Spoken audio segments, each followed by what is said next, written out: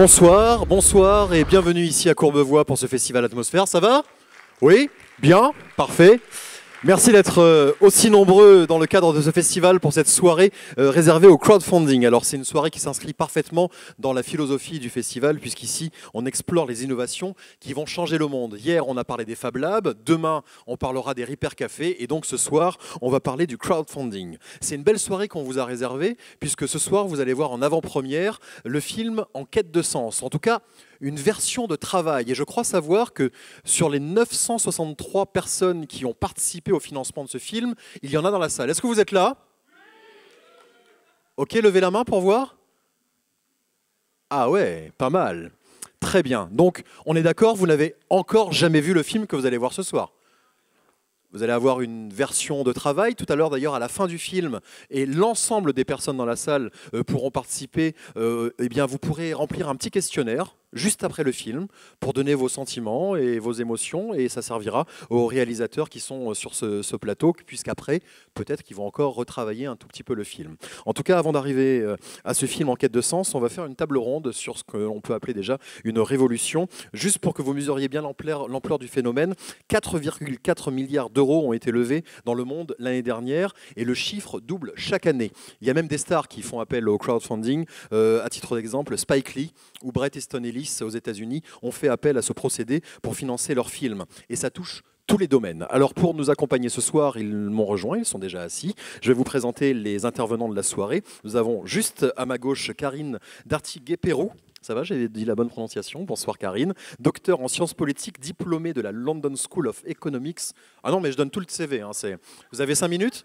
Donc, et prospective. Elle a également travaillé, c'était en 1985. Non, c'est bon. Non, mais il faut quand même que je dise qui vous êtes, Karine. Vous êtes docteur. Je vous appelle docteur ce soir? Bon, d'accord. Nous avons évidemment des sites participatifs avec nous. Il y a Kiss Kiss Bank Bank avec Adrien Aumont et Pauline Gouzen, chef de projet d'un projet que vous allez financer qui s'appelle la recyclerie. Vous êtes à l'extrême droite. Bonsoir. Non, bah, attendez. Je suis obligé de dire où vous êtes. Voilà, mais ça n'avait rien de politique.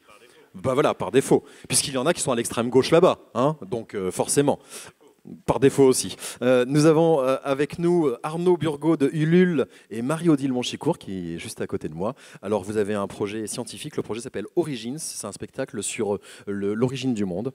On va en parler tout à l'heure. Nous avons également avec nous Emmanuel Paya de Bluebees. C'est une plateforme de financement participatif dédiée aux projets de développement durable. Et enfin, Mathias Lavaux de Touscoprod et les deux co-réalisateurs. Non, vous êtes tout seul. Il est où votre copain? Ah oui, il est là, d'accord. Très bien, on me fait des pièges comme ça. Donc Mathias Lavaux de Touscoprod et Marc de la Ménardière, réalisateur de En quête de sens, le film qu'on verra tout à l'heure, et Nathanaël Coste qui est là-bas, qui est l'autre co-réalisateur. Alors avant de parler de vos différents projets et de vos différents sites, qui peut me donner une définition de ce qu'est le crowdfunding? J'y vais. Hein. Allez-y. Alors, le crowdfunding, je vous prie de pardonner mon accent anglais pathétique, ou la finance participative, la définition est simple. Vous allez pouvoir, vous, financer des projets créatifs ou innovants, d'entrepreneuriat et des projets personnels. Plus qu'une définition, je vous donne les 3 grands secteurs de la finance participative. Vous avez ce qu'on fait avec Touscoprod, Ulule et Kiss Kiss Bank Bank, ce qu'on appelle le don contre don ou le financement à travers les contreparties qui s'adressent à la création et à l'innovation. Et donc vous allez pouvoir soutenir des projets et avoir en échange des contreparties ou préacheter un objet ou avoir finalement d'une certaine manière un cadeau en échange de l'argent que vous allez donner. On est dans une logique de troc. Vous avez une deuxième voie qui est celle du prêt entre particuliers. Et donc, vous allez pouvoir vous financer les uns les autres, vos projets personnels ou simplement financer des projets d'entreprise contre une rémunération. Et la troisième voie, c'est ce qu'on appelle l'equity-based ou le crowd, l'equity crowd. Et là, vous mettez de l'argent dans un projet, vous récupérez des dividendes en échange. Donc aujourd'hui, on va pouvoir financer toute l'économie réelle, les uns les autres, en étant interconnectés, sans passer par une banque ou n'importe quelle autre institution. On en entend beaucoup parler ces derniers temps, mais c'est pas nouveau. Ça a commencé quand et où? Aux États-Unis, je crois. Alors en fait, ça fait des centaines d'années que ça existe, parce que le concept n'est pas du tout nouveau. Il y a une partie du Sacré-Cœur qui a été financée par de la souscription publique, une partie de la Statue de la Liberté, où dans l'édition, ça fait des centaines d'années que ça existe par la souscription. En fait, ce qui est nouveau, c'est de le faire par Internet, avec l'utilisation du paiement en ligne. Et la vraie émergence en fait, du crowdfunding est liée aux réseaux sociaux. C'est un financement social qui fonctionne par effet boule de neige. Et donc c'est pour ça que ça explose en fait depuis 5 ans, c'est tout simplement parce que les réseaux sociaux deviennent réellement populaires depuis 5 ans environ. Est-ce qu'il y a des stratégies à développer quand on a un projet à faire financer? Est-ce qu'on poste juste un pitch sur le site et on se dit venez m'aider? Ou alors il y a quand même une approche, une stratégie, même marketing, pour pouvoir réussir à convaincre les internautes de venir? Tout dépend en fait de ce qu'on va chercher. Il y a pas mal de personnes, pas mal de porteurs de projets qui le font assez intuitivement. Mais en effet, si on veut lever beaucoup d'argent sur le financement participatif, parce qu'il faut quand même savoir que les moyennes par projet représentent à peu près 3 000 à 4 000 euros par projet. Hein. On lève aujourd'hui par le financement participatif. Donc si on a besoin de plus d'argent, bien évidemment, il faut mettre en place des stratégies de marketing et des plans de communication assez puissants pour pouvoir tout simplement informer les gens et les faire participer. Et vous les accompagnez dans ce travail? Nous, chez Touscoprod, comme on est spécialisé audiovisuel, on a mis en place ce qu'on appelle peut-être un peu pompeusement une masterclass, mais c'est en fait une formation en effet qui est dédiée aux porteurs de projets qui veulent développer un film. Donc ça peut être des réalisateurs, des producteurs. Et en effet, on leur donne les premières questions à se poser. Hein. Il n'y a pas de recette pour le financement participatif. On est vraiment sur du prototype à chaque fois. Donc, mais enfin, il y a quand même des questions à se poser. Il y a des bonnes pratiques à connaître. Et chez KissKiss et Ulule Sur toutes les plateformes, il y a un accompagnement. On essaye de donner toutes les clés de lecture à tous les créateurs de projets. On essaie au moment où on reçoit les projets, au moment où ils sont soumis, de leur donner des conseils et de les conseiller sur des choses simples, des choses un peu plus compliquées, de les recevoir dans nos bureaux. On fait tous à peu près ce même travail d'accompagnement. Je voudrais juste préciser une chose, c'est qu'il est aussi facile de mettre un projet sur Touscoprod, Ulule, ou KissKissBankBank, qu'il est facile de mettre une vidéo sur YouTube. En revanche, il est aussi difficile d'aller chercher 100 000 euros sur une de nos plateformes qu'il est difficile d'avoir 100 000 vues sur une vidéo sur YouTube. Et il y a quelque chose d'assez fascinant, c'est que c'est assez technique. Quand on parle d'un montant moyen de 3 000, 4 000 euros sur des plateformes américaines qui ont des collectes et des campagnes sur des volumes qui sont au-dessus du million de dollars, au-dessus de 10 millions de dollars, on reste sur les mêmes moyenne. C'est 6 000 $ le projet moyen sur Kickstarter aux États-Unis. Ça veut dire quoi? Ça veut dire que tout ça est assez empirique et que le nerf de la guerre, c'est votre communauté. En fonction de la communauté que vous avez, nous sommes capables de vous dire à peu près combien vous allez collecter. Donc ce qui est amusant, c'est que sur toutes les plateformes dans le monde, on a la même moyenne de projets, de montant de projets, mais vous remarquerez qu'il y a une moyenne aussi de nombre de fans sur les pages Facebook, il y a une moyenne de nombre de followers sur Twitter, il y a une moyenne de nombre de vues sur YouTube ou de nombre d'abonnés, et tout ça est en corrélation. À vous de bien comprendre ces mécaniques et à nous de bien vous les expliquer, justement pour vous guider et pour vous permettre de réussir vos campagnes. Emmanuel, chez Bluebees, on parle de projets autour du développement durable. C'est la même chose? Alors c'est un peu différent justement parce que nous, nos porteurs de projets, ils sont dans les pays du Sud, en Afrique, au Pérou, etc. Et donc ils n'ont pas de communauté, ils n'ont pas vraiment... donc nous, en fait, la sélection de nos projets, on les fait grâce à des partenaires, type des ONG ou des sociétés comme Pure Projet qui font de la reforestation en Amazonie. Et c'est eux qui nous trouvent les projets viables économiquement et à forte dimension sociale et environnementale. Et en fait, nous, non, c'est à nous-mêmes de développer, à Bluebees, de développer sa propre communauté. Et donc, on a une communauté aujourd'hui qui est très sensible à l'économie sociale et solidaire. Mais c'est vrai que la différence, c'est que c'est à nous de faire tout le boulot, quoi. Alors, je vais donner la parole à Karine. Ce n'est pas un effet de mode, c'est un phénomène de fond. C'est vrai qu'on a tendance toujours à un peu, surtout les détracteurs se disent ouais, voilà, c'est encore le dernier buzz, c'est que des geeks, etc. Bon, je crois que ce qui a été dit, c'est que c'est vrai que le phénomène, il prend une ampleur grâce au numérique. C'est pas la même nature du financement participatif comme il y a 100 ans.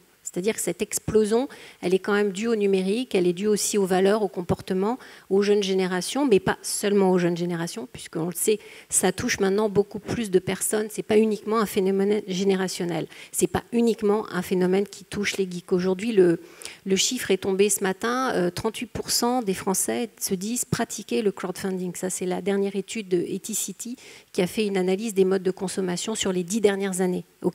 38%, c'est quand même une minorité active significative.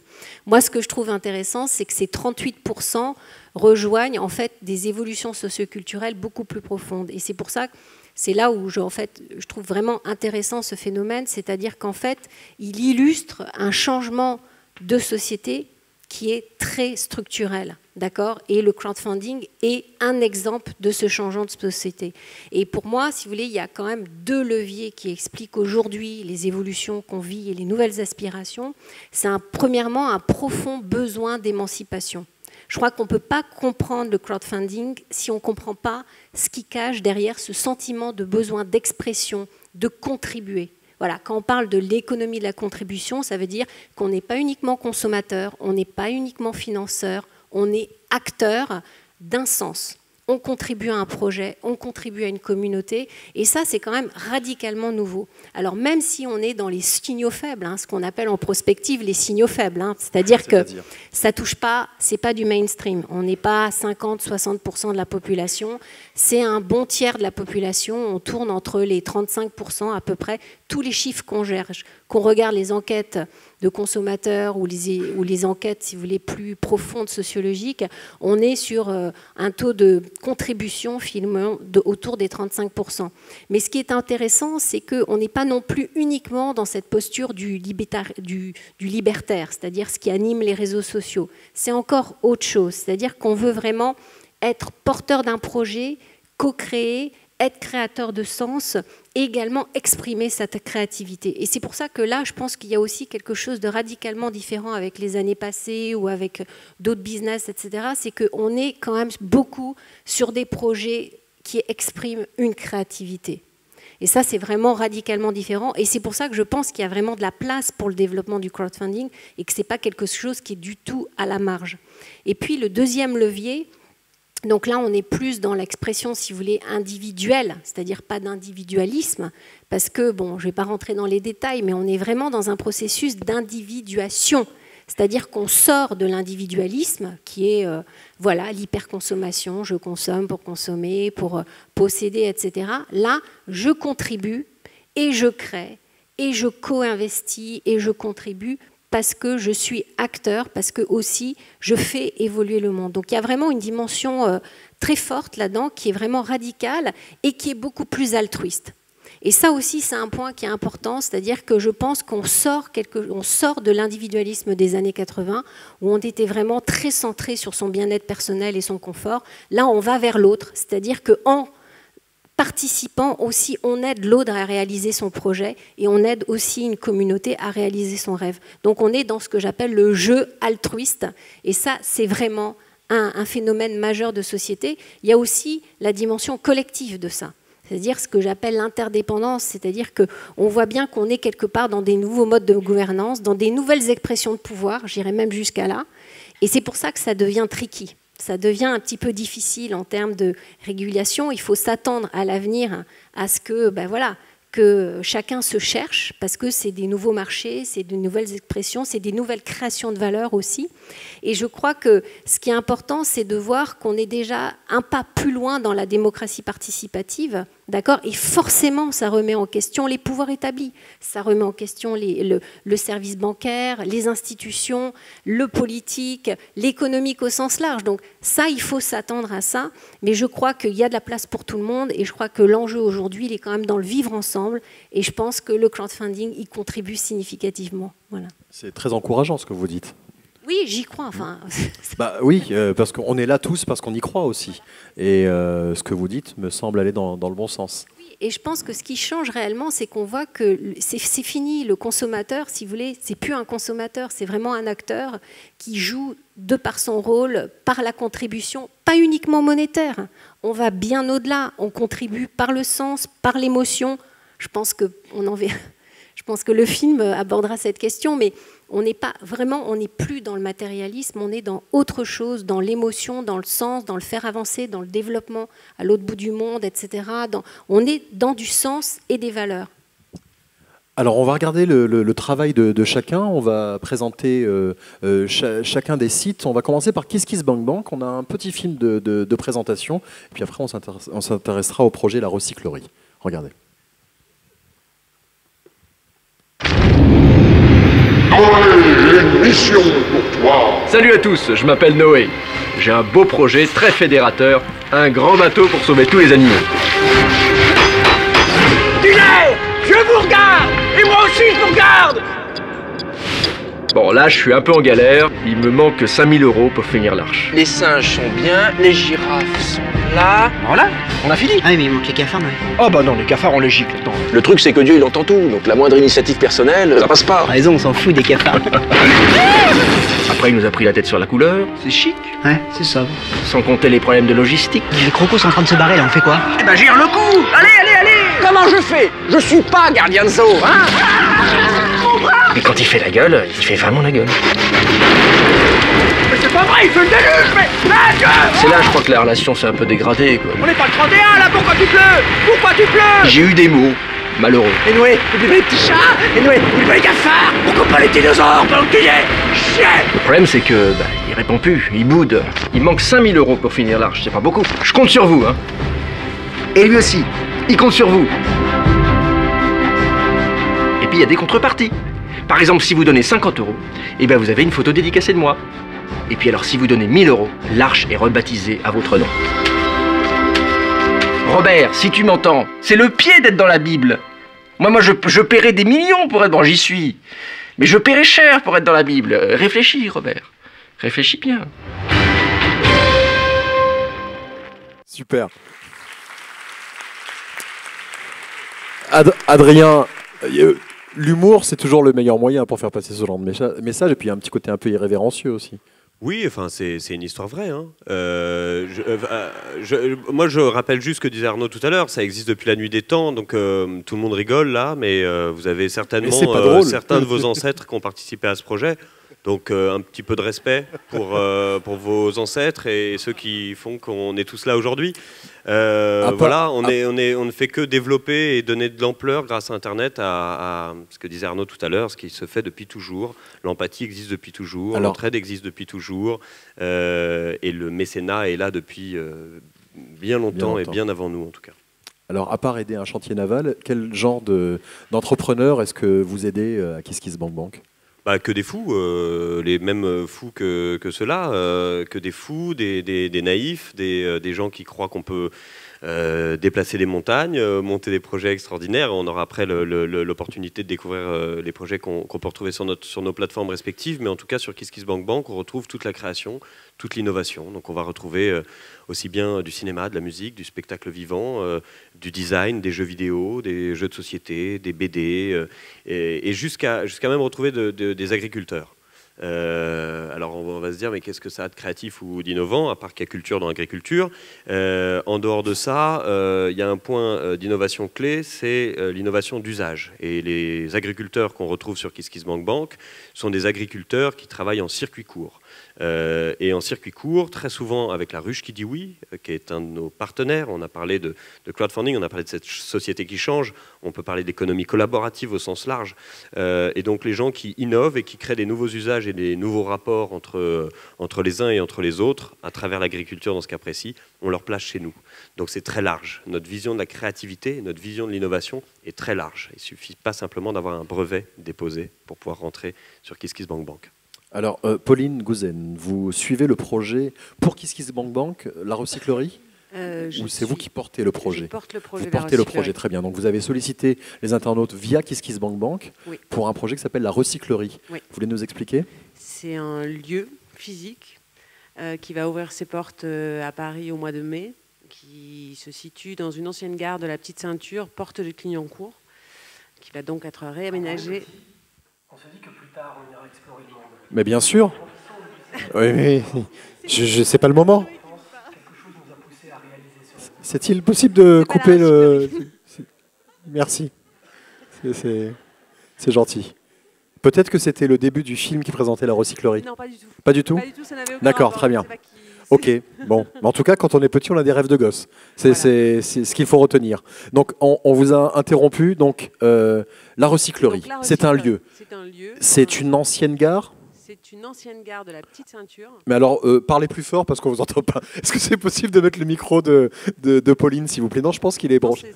Alors, allez-y. Non. Toujours pas? Toujours pas. Alors, ah si, ça y est. Ça y est, c'est bon.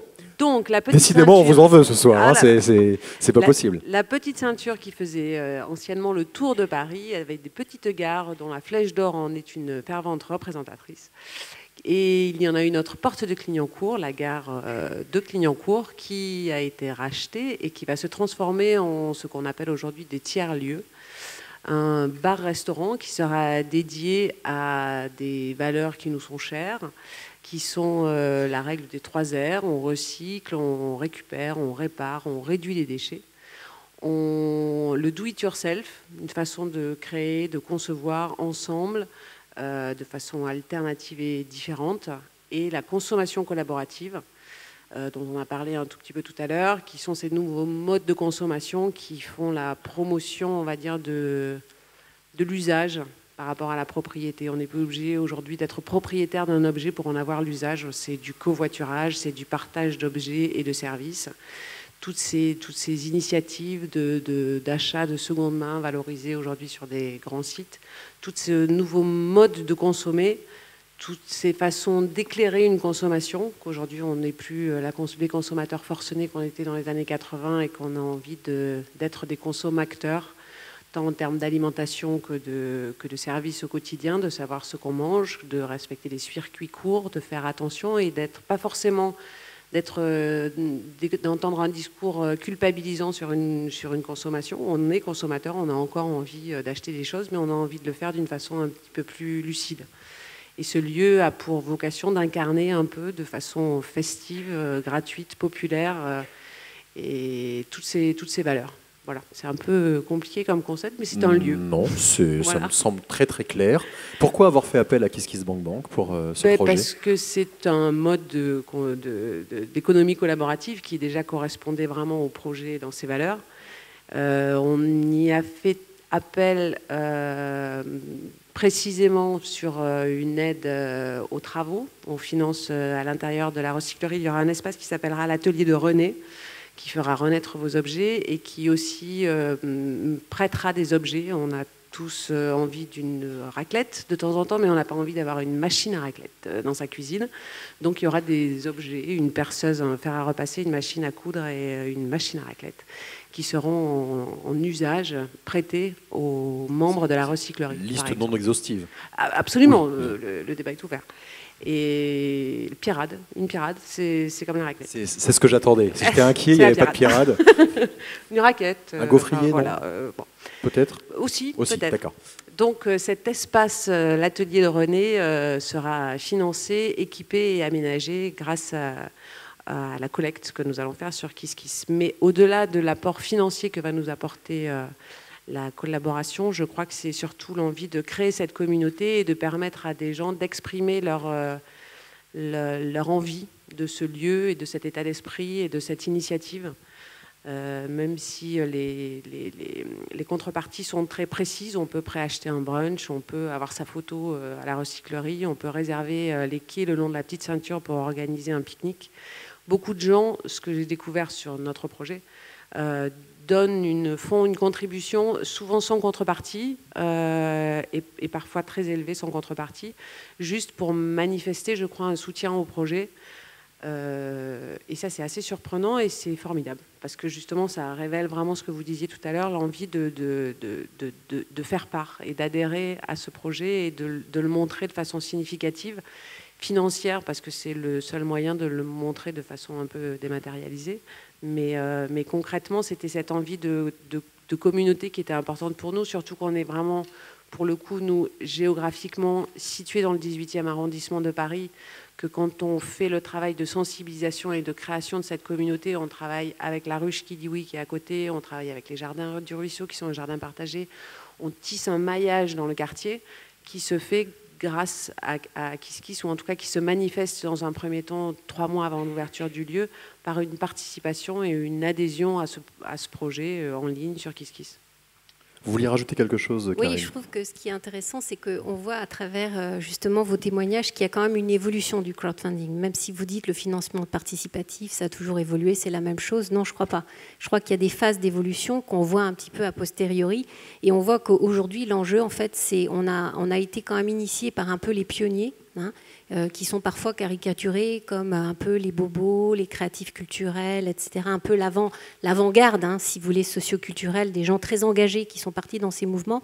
Et aujourd'hui, ce qu'on voit, c'est en fait la contrainte économique qui maintenant reprend aussi le dessus. Et le vrai pari en fait, de l'évolution, je pense, du crowdfunding, c'est la phase 2, c'est-à-dire qu'aujourd'hui, les gens qui contribuent, les gens qui sont acteurs, ce n'est pas des gens en besoin, si vous voulez, significativement. C'est quand même des gens qui ont un certain pouvoir d'achat, des certaines capacités, qui sont justement des consommateurs de produits classiques et qui veulent évoluer dans leur mode de consommation et aussi d'engagement.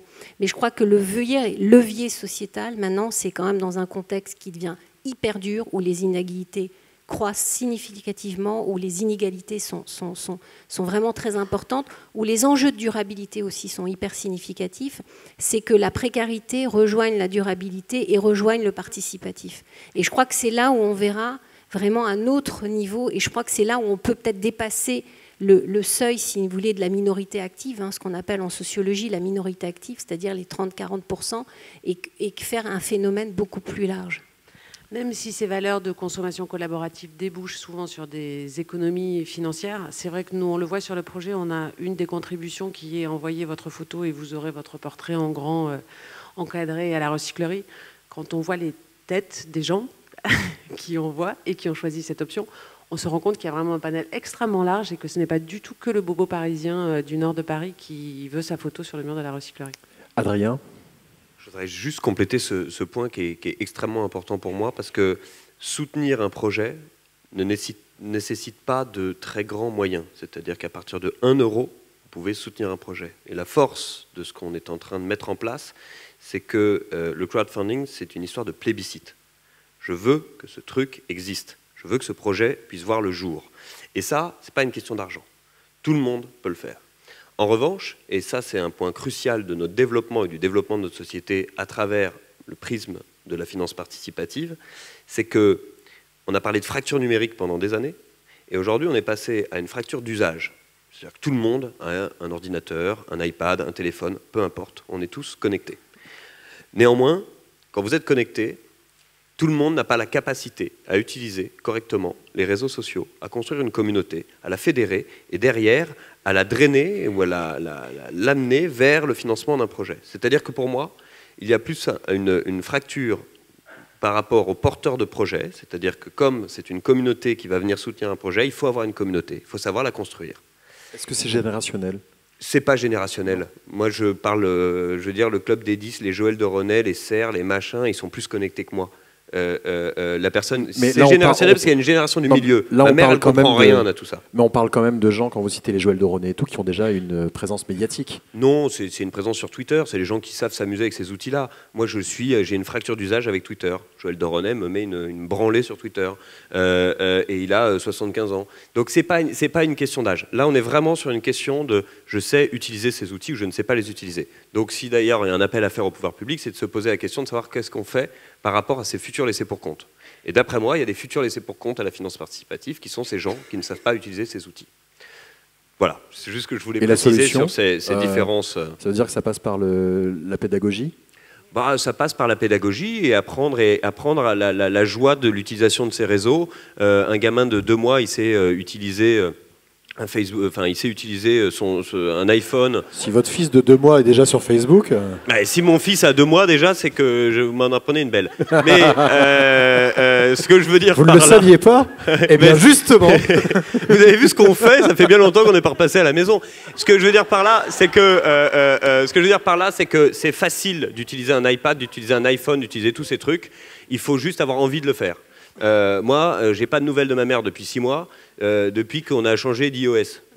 Donc ça c'est quand même un problème, alors que je peux avoir des nouvelles de mon neveu qui a 6 mois et qui m'écrit un message. Donc il faut donner envie, faut donner envie aux gens d'utiliser ces réseaux sociaux, de créer des communautés. Et pour ça, il va falloir que les mairies s'organisent, que les collectivités territoriales s'organisent, que l'État organise les collectivités territoriales et les mairies. Bref, il va falloir qu'il y ait quelque chose qui se passe sur le terrain pour qu'on soit aidé et qu'il n'y ait pas de laisser pour compte des outils qu'on est en train de créer. Malheureusement, comme on l'a tous dit, on accompagne les projets, mais on ne peut pas leur apprendre à utiliser Facebook. Donc il faut que des autres viennent nous aider sur ces points-là. C'était simplement mon petit message.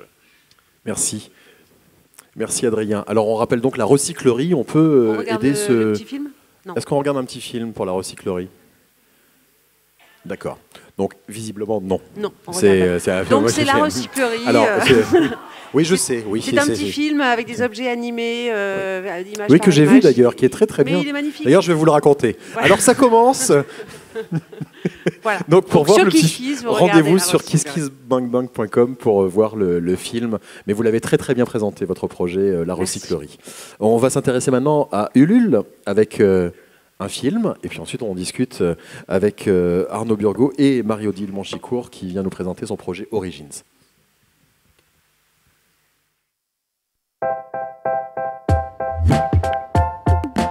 Depuis la nuit des temps, l'Homo erectus a des idées. Le plus dur, bien sûr, c'est de les concrétiser.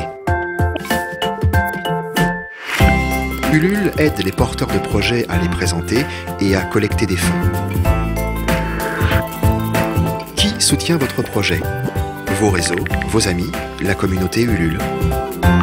En échange de leur soutien, les internautes suivent l'évolution du projet et reçoivent des récompenses personnalisées.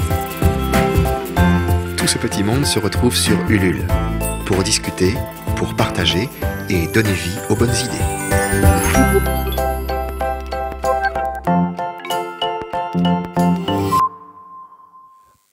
Ulule, donc Arnaud Burgot, dites-moi quel type d'entrepreneurs vont sur ce site et à quel type d'entrepreneurs vous adressez ? Alors, c'est pour tous les projets créatifs, innovants ou solidaires. Donc c'est extrêmement varié et ça s'adresse aussi bien aux particuliers qu'aux associations, qu'aux entreprises. Donc en fait, c'est pour tous les projets qui ont une portée collective, quelle que soit la personne qui est derrière. En gros, les projets qu'on refuse, c'est les projets du type financer ma vie, voilà l'opération de mon chat qui est malade, ou ma prothèse de hanche, ou mon permis de conduire, ça, on refuse. Voilà. Mais après, dès qu'il y a une portée collective, ce qui est assez varié, c'est des projets qui peuvent être financés sur Ulule. Je veux partir faire un tour du monde, par exemple. Alors, il faut qu'il y ait autre chose qu'un tour du monde. Il faut qu'il y ait une portée qui va intéresser d'autres personnes. Donc, si c'est un tour du monde à la rencontre d'entrepreneurs sociaux, et derrière, si vous faites un blog, un carnet de voyage, etc., ça, pourquoi pas ? Si c'est juste un tour du monde pour votre plaisir, c'est uniquement personnel, donc non. Alors, il y a la science parmi les sujets que vous pouvez aborder. Marie-Odile Manchicourt, bonsoir. Vous êtes journaliste scientifique et vous avez sollicité les internautes via le site Ulule. C'est un spectacle qui s'appelle Origins, qui est d'ailleurs soutenu par notre parrain Hubert Reeves. Il a tweeté ce week-end. Hubert Reeves tweet et est très actif. Vous avez vu Oui, je l'ai vu, puisque je suis... il a 82 ans quand même. Et je suis abonné à la page d'Hubert Reeves et il l'a soutenu. Il a envoyé ce week-end un tweet en disant « Voilà un projet que je soutiens, allez sur ulule.com. Hubert Reeves qui est notre parrain, et j'en profite au passage pour dire qu'il sera là dimanche après-midi pour une conférence, qu'il en profitera également pour inaugurer les jardins partagés de Courbevoie. Donc là, c'était la petite parenthèse promo pour le festival Atmosphère. Et donc parlons de ce projet Origine. C'est un spectacle qui va raconter l'origine du monde. Oui, c'est-à-dire que le jour où j'ai compris que les scientifiques étaient en train de photographier l'image de l'univers quand ils n'avaient que 380 000 ans, c'est-à-dire qu'il était en train de naître, je me suis dit, mais c'est une prouesse scientifique et technologique absolument extraordinaire et personne n'est au courant. C'est-à-dire que quand les scientifiques nous font part de leurs résultats, aussi extraordinaires soient-ils, on ne comprend pas ce qu'ils veulent dire. Je suis sûre que vous ne comprenez pas ce que je veux dire quand je vous dis qu'ils ont pris une photographie d'un univers qui n'a que 380 000 ans, c'est-à-dire une photographie qui raconte le passé de l'univers. C'est très abstrait. C'est très abstrait, bien sûr. Très difficile à réaliser. Or, pourtant, c'est extraordinaire pour l'histoire de l'humanité de se dire que nous sommes capables d'observer l'univers en train de naître. Et l'univers en train de naître, c'est notre histoire. On vient de là. Puis il y a eu en plus l'année dernière, donc l'année dernière, mars 2013, les résultats du satellite Planck qui a pris cette image, et quasi en même temps, la découverte du boson de Higgs, qui est cette première particule qui va permettre à la matière d'avoir une masse, et donc à l'univers de foutre le camp comme ça en expansion. Vous suivez toujours ? Parce qu'après, vous sortirez les copies. Hein, c'est une histoire extraordinaire, quoi. Et on vient de là, c'est notre histoire. L'univers a mis 13 milliards 800 millions d'années pour créer notre cerveau, notre conscience. Une conscience qui est capable d'observer l'univers dans sa globalité. Alors moi, je me dis, mais comment, enfin mon métier c'est d'être journaliste scientifique, je fais des chroniques quotidiennement et je m'aperçois que c'est très très compliqué de faire entendre à mes fidèles auditeurs combien enfin toutes ces choses, surtout que moi j'ai le droit maintenant à une chronique de 3 minutes, donc raconter ça en 3 minutes c'est très compliqué. Mais c'est surtout ce qu'il faut, enfin moi c'est ce que je comprends, en tout cas pour médiatiser toutes ces belles choses, c'est y mettre de l'émotion. Donc moi j'ai adoré tout ce que vous avez dit, Karine, parce que c'est vraiment l'émotion qui doit véhiculer toute cette connaissance. Et pour que tout le monde puisse accéder à cette connaissance, il faut qu'on l'émerveille, parce que cette histoire est merveilleuse. Et évidemment qu'on ne peut pas comprendre les équations, évidemment qu'on ne comprendra jamais à quoi peut ressembler le vide quantique, d'où a été créé l'univers. Nous sommes issus d'une vide quantique, d'un néant, mais on ne peut pas se le représenter parce que notre imagination ne peut pas y accéder. Il n'y a que les mathématiques qui peuvent y accéder. Donc il faut qu'on puisse se rapprocher de toutes ces connaissances par l'émerveillement, en douceur, par toutes les émotions de toutes les palettes, le rire, beaucoup le rire, bien sûr. Et donc j'ai eu l'idée de proposer un spectacle. Le scénario, il y a une vraie histoire. Ça se passe dans 6000 ans. On est sur les plateaux, les hauts plateaux du Chili, où se trouvent actuellement les plus grands observatoires du monde, qui sont des observatoires européens, parce qu'en passant, je dois vous dire que toute cette science est européenne. Enfin, elle est partagée par les scientifiques du monde entier, mais les Européens sont très très forts, et ça ne se sait pas non plus assez. Et donc, sur ces hauts plateaux, il y a les plus grands observatoires du monde, eh bien, vivront dans 6000 ans une communauté humaine, des rescapés d'une civilisation disparue qui serait la nôtre, et qui vivent dans les ruines de ces grands télescopes. Ce sont des gens qui ne disposent pas de toutes les technologies qui nous servent à ululer ou à kiss-kiss-banquer, mais en revanche, ils ont développé tous leurs sens. Donc ce sont des gens qui seront beaucoup plus perceptifs. Nous, par exemple, nous perdons l'accès à notre mémoire avec tous ces ordinateurs et tout ça. Eh bien, eux, ils auront au contraire retrouvé toute leur mémoire, ils auront, comme tous leurs sens seront ultra développés, parce qu'ils auront appris pour leur propre survie à développer tous leurs sens, eh bien, ça fera des gens qui auront évolué d'une certaine façon. Et donc, et puis alors, bon, un beau jour, ils reçoivent un satellite sur la tête, qui est un satellite qui a été envoyé par notre civilisation, avec à l'intérieur toutes les connaissances de notre civilisation. Et donc, ces habitants qui seront joués, représentés par des danseurs et acrobates et comédiens, vont donc recevoir sur la tête un satellite. Dans ce satellite, dans le cœur de ce satellite, il y a toutes les connaissances d'aujourd'hui, et ils vont découvrir eux-mêmes, c'est un objet archéologique au fond pour eux, ce satellite, et ils vont découvrir toute l'histoire de nos origines telles que nous la racontons aujourd'hui, telles que les scientifiques donc ils vont la redécouvrir comme le public la découvrira en même temps qu'eux, quoi. Et là, nous allons utiliser beaucoup l'art numérique. On a un coproducteur merveilleux qui est le Centre des Arts d'Enghien-les-Bains, qui est un centre des arts qui est le premier créé un festival d'art numérique en Europe et qui fait tous les mois de juin d'ailleurs ce qu'ils appellent les bains numériques. Et là, ils nous présentent tout leur savoir-faire en termes d'art numérique. Je vous les conseille, c'est pas loin de Paris, c'est à 10 minutes de la gare du Nord, Enghien-les-Bains.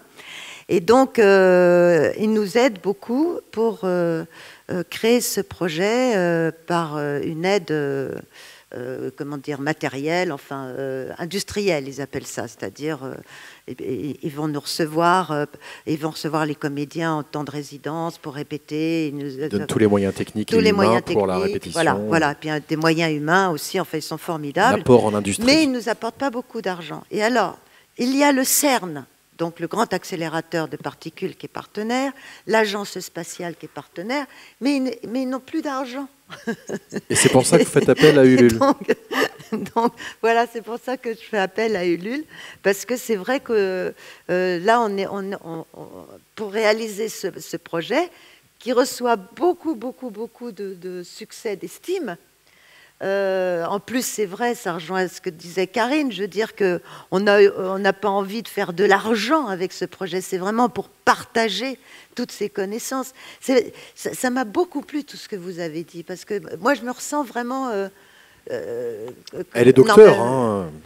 Non, mais je veux dire que c'est bien vu, quoi. C'est parce que j'ai l'impression de participer à Ulule dans cet esprit-là, quoi, totalement.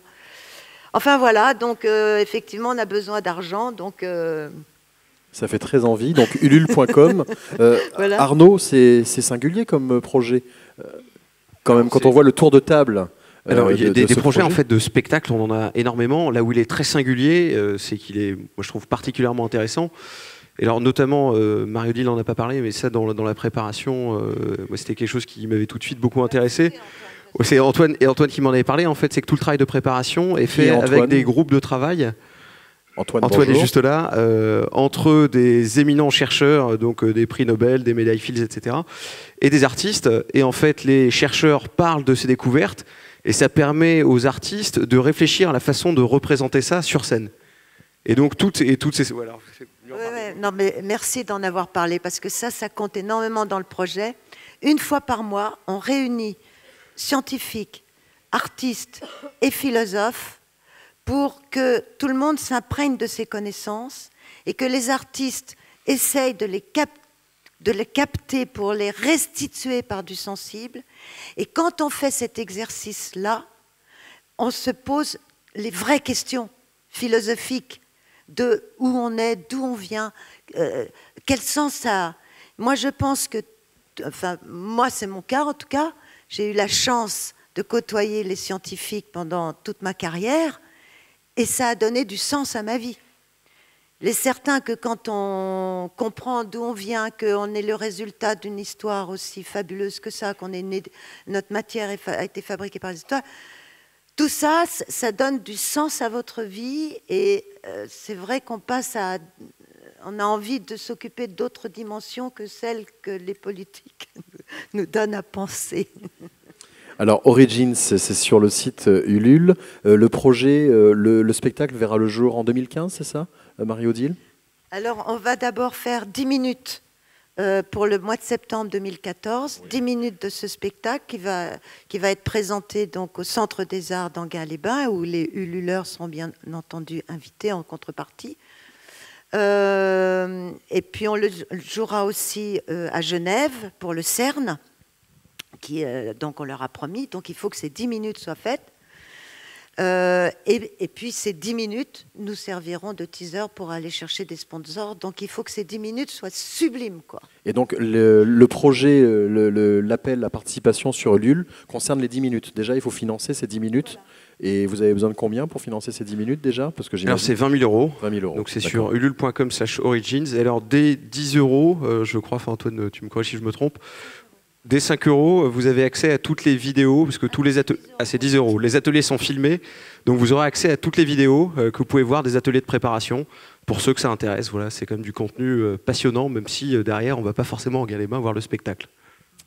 Merci beaucoup. Merci Marie-Odile. Et de toute façon, vous viendrez présenter ce spectacle à Atmosphère 2015, j'imagine. Pascal est où? À mon avis, Pascal. Il a dit oui, Pascal Signolet, oui, ouais. qui est le délégué général du festival et à qui on doit toutes ces belles soirées. C'est lui qui fait la programmation cinéma, la programmation des conférences, et c'est aussi le créateur de ce festival. Et si on est tous réunis ici, vous y compris, c'est grâce à Pascal. On peut l'applaudir d'ailleurs à ce sujet. Merci.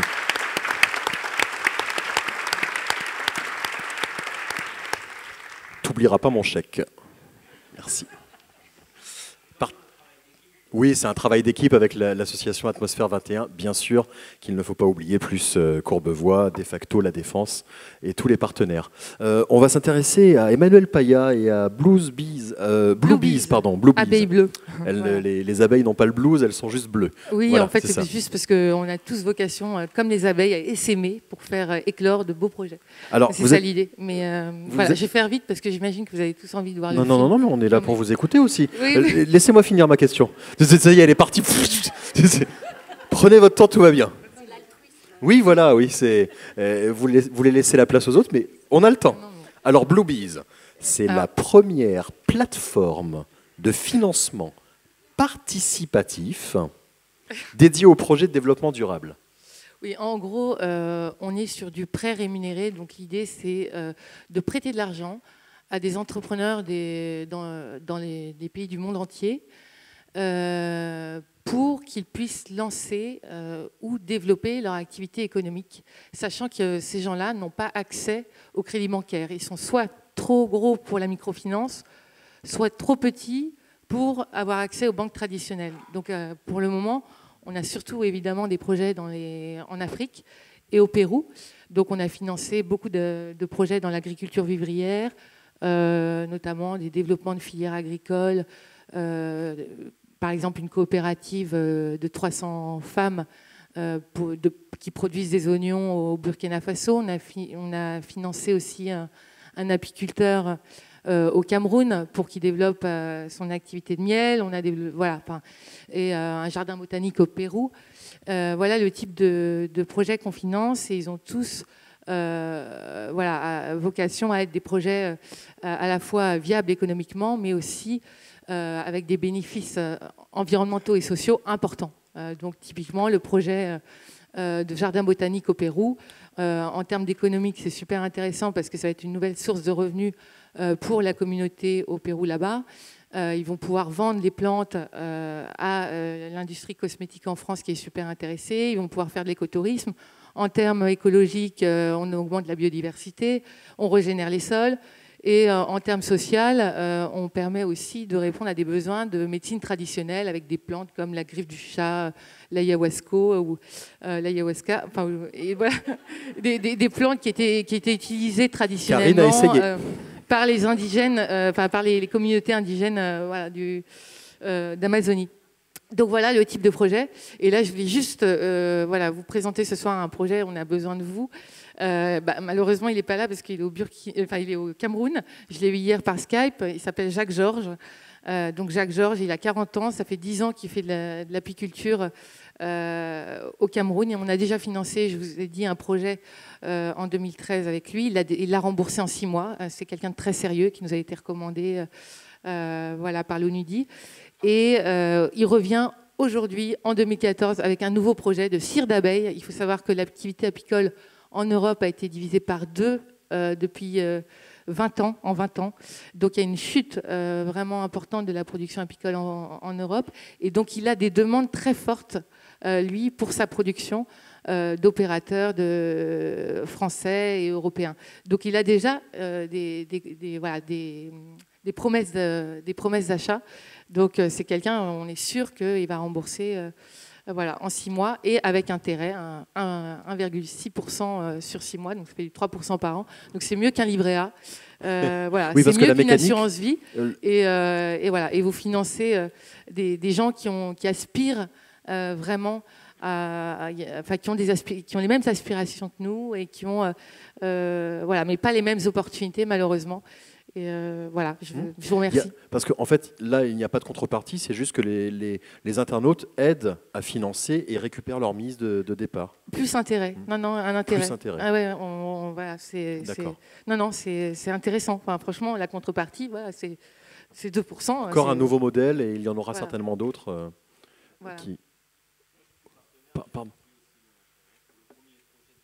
Alors, prenez le micro, c'est Marc de la Ménardière. Non, je voulais simplement dire, voilà, moi j'étais partenaire de Jacques Georges, c'était il y a 4-5 mois, et j'ai reçu mon intérêt, et la fabrique fonctionne bien, donc voilà, c'est un modèle qui marche. Donc bravo aussi. Merci. Donc Bluebees, bluebees.com .fr. D'accord, très bien. Bluebees.fr. Ben non, gardez donc le micro, Mathias. Ben non, puisqu'on va passer à Tous Coprod, et on va regarder un petit film de présentation.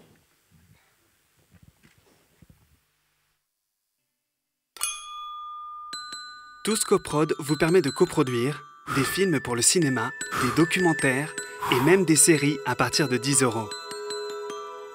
Il suffit de sélectionner un projet dans le catalogue, le découvrir à travers les fiches et vidéos de présentation et d'un simple clic, payer en ligne pour devenir coprod du film. Vous accédez alors à des contenus exclusifs, des services inédits ainsi qu'un droit à recette propre à chaque projet. Dans la fiche gains et services du projet choisi, vous trouverez par exemple des invitations sur le tournage et aux avant-premières, des DVD, des places de cinéma, des séances privées en ligne et bien d'autres services à découvrir.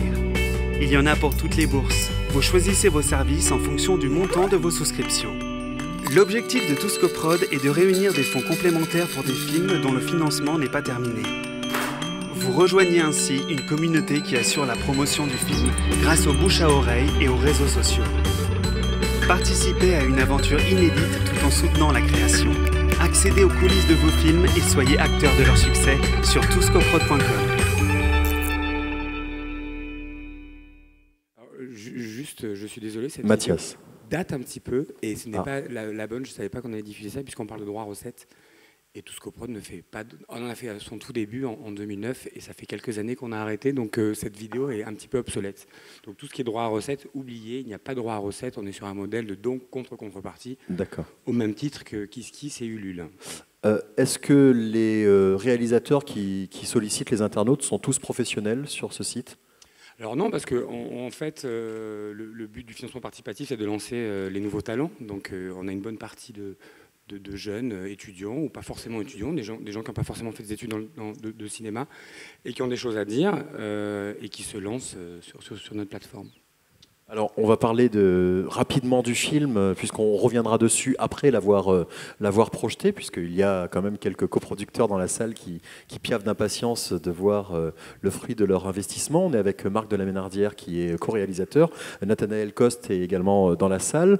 Pourquoi est-ce que vous avez fait appel à Tous Coprod ? Impossible de trouver des financements traditionnels ? Eh ben, on a essayé, on a été voir la télévision, et ils nous ont dit c'est super, on aime beaucoup, ça nous plaît bien, mais vous auriez dû l'écrire avec nous, vous auriez dû l'écrire avant. Et l'histoire du film, comme vous allez la découvrir, c'est l'histoire de deux amis qui partent et ils vont faire un film, mais ça ne se passe pas comme ils avaient prévu. Et c'est parce qu'il n'a pas été écrit, je pense qu'il a après cette force et qu'il a aussi cette autre approche. Donc c'est le côté en fait du formatage et de ne pas être formaté quelque part. Ça leur a fait peur, mais c'est ce qui a plu aussi aux internautes.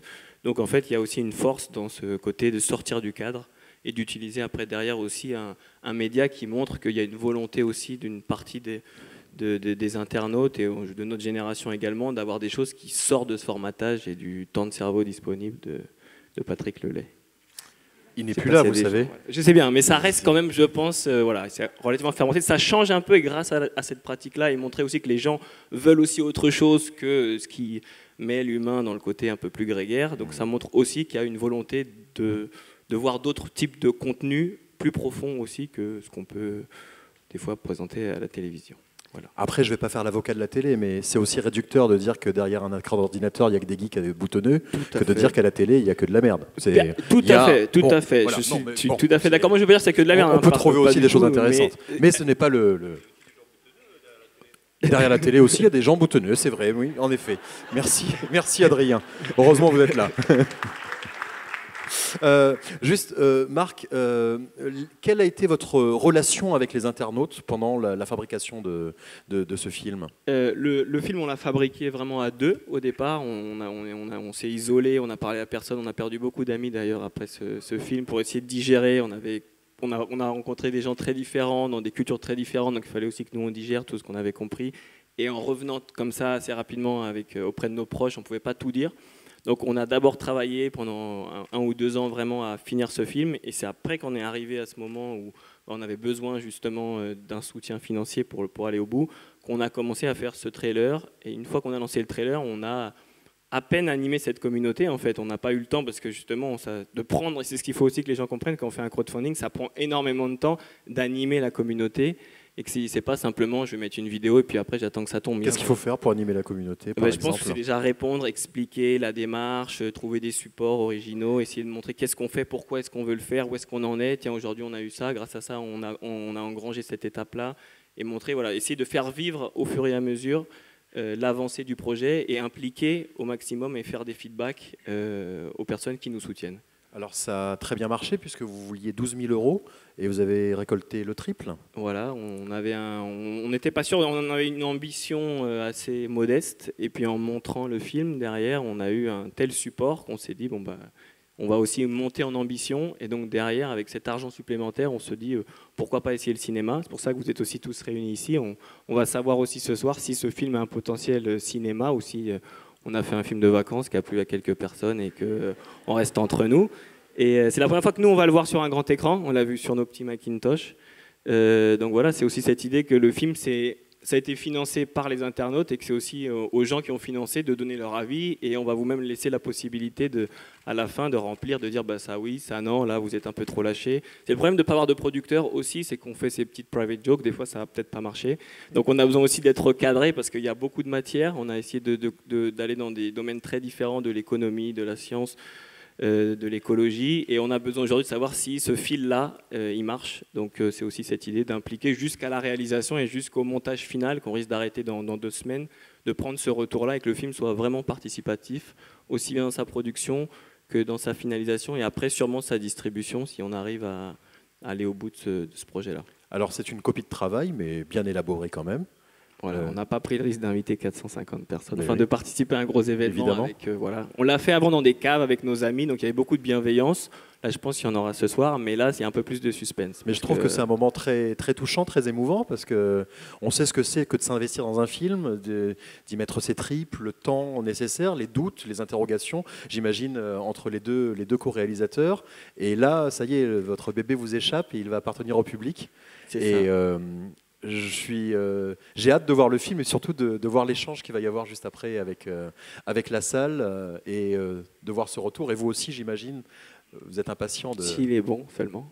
Non, Vous sentez comment, là, par exemple, juste avant Là, j'ai pas eu le temps d'y penser. D'accord, ok, très bien. C'est pour ça que j'ai posé la question. Rempli pour le finir, en fait. Pour qu'il soit prêt à temps, on a tellement travaillé qu'on n'a pas eu le temps de réfléchir un peu à ce qui allait se passer après. Donc là, on vous livre la chose assez brute, avec peu d'heures de sommeil là, ces dernières semaines. Mais voilà, maintenant que vous me le dites, je sens quand même une petite palpitation. Le fait de, c'est normal. Le fait d'en parler, je sens quand même. C'est normal. Voilà. C'est votre bébé.